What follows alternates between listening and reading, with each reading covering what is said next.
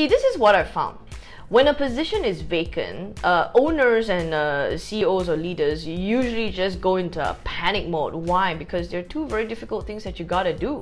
You know, you gotta still be running your business as usual with the employee that has already gone, so you're managing his or her workload, and at the same time you're recruiting people. So, oh my gosh, that puts you in a position where you're going, anything with two legs and two eyeballs, come right in, you're hired, you know.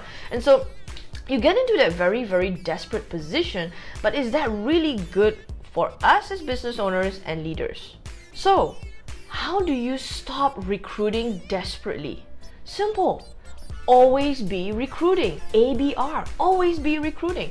You see, that's the difference with recruiting and hiring. Recruiting means that you're seeing people, you know, you're dating, you're seeing people, you're out there, you're meeting all kinds of candidates, you're manager level people, you're executive ground level people, but you're just seeing people. That's recruiting. What is hiring? Hiring is actually going steady, putting them on your payroll and having them do the stuff in your business. That's hiring. But what we're saying here is always be recruiting, and that's one of the things that I think a lot of CEOs and leaders don't do very well.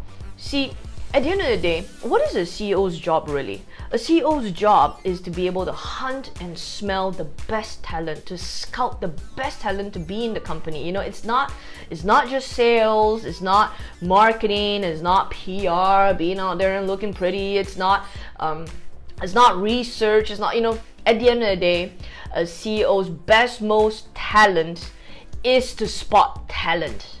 And that is very, very powerful for many leaders. So what's gonna happen? You know, there are three things that are gonna happen in your business when you're always recruiting. Yeah. Number one, when you're always recruiting, you know what will happen? Is that you become really, really good at smelling talent. And you know, this is the one thing that I learned in business, is that in recruiting, you can read all kinds of books, but unless you're actually doing them and you're sitting in front of people and just going, hey, how are you? So why would you want to work with me?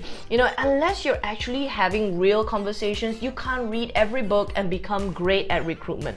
See, that's one thing. So you become really, really good, yeah? Number two, when you're always recruiting, you won't become so desperate because you know what's out there in the market. You've been meeting people. Maybe at the time when you meet them, they're not so ready to join your company yet. You know, they're still hanging on for something at their current place.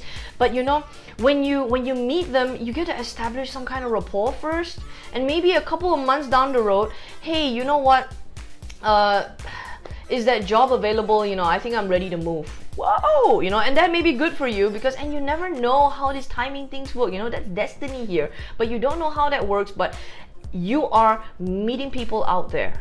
Number three, when you're always recruiting, your current team members that currently work with you are gonna know that you're in the market. And when you're in the market, you know, it's gonna be less likely that they're gonna be able to hold you ransom. You know, there are some horrible employees that use bad war tactics and horrible kung fu to threaten their employers to doing stuff, you know. And if you at all feel that that's happening, all the more you as an employer or the leader as owners just get out there and start seeing people. You know, that's a very it's a very horrible feeling to be in. But if your employees know that they have that on you, that's not a very nice thing. So be out there and see people as well. You see, guys, let me just ask you.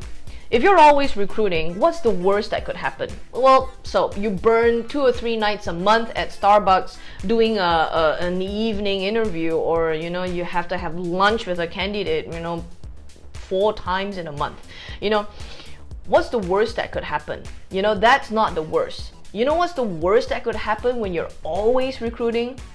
The worst thing that could happen is that you actually find someone that is really, really good and you want to hire that person. And you're going, what do? I don't have a vacancy. You know, but if you find someone really, really good, what do? Hire them. Find a spot for them in your organization, you know. And if you've seen many people and you know, oh my gosh, I need this dude, yeah, I need this person has just got to join my company, make a space in your organization to be able to hire them. That's the worst thing that could happen, really, because if you meet a bout of not so good people, Don't recruit, don't hire. That's fine. So guys, there you have it. This is today's lesson. Yeah, scouting for people. You know, great leaders' best talent is to scout for great talent and smell them a mile away. Now, if you don't believe me, ask Henry Ford, ask Bill Gates. You know, these people will tell you that hiring the best people better than them, better than they are, is their #1 priority in their organization. So guys, I come to the end of this video. Like this video if you like it. Of course, share this video right out if you know people who are having challenges and, you know, having to desperately hire. And of course, subscribe to the Maresa Ng official channel on YouTube, because we want to be able to give you more and more insights like this on a weekly basis. Because remember this, guys, have a great business and have a great life, because being in business is about having more life. Take care and see you next week.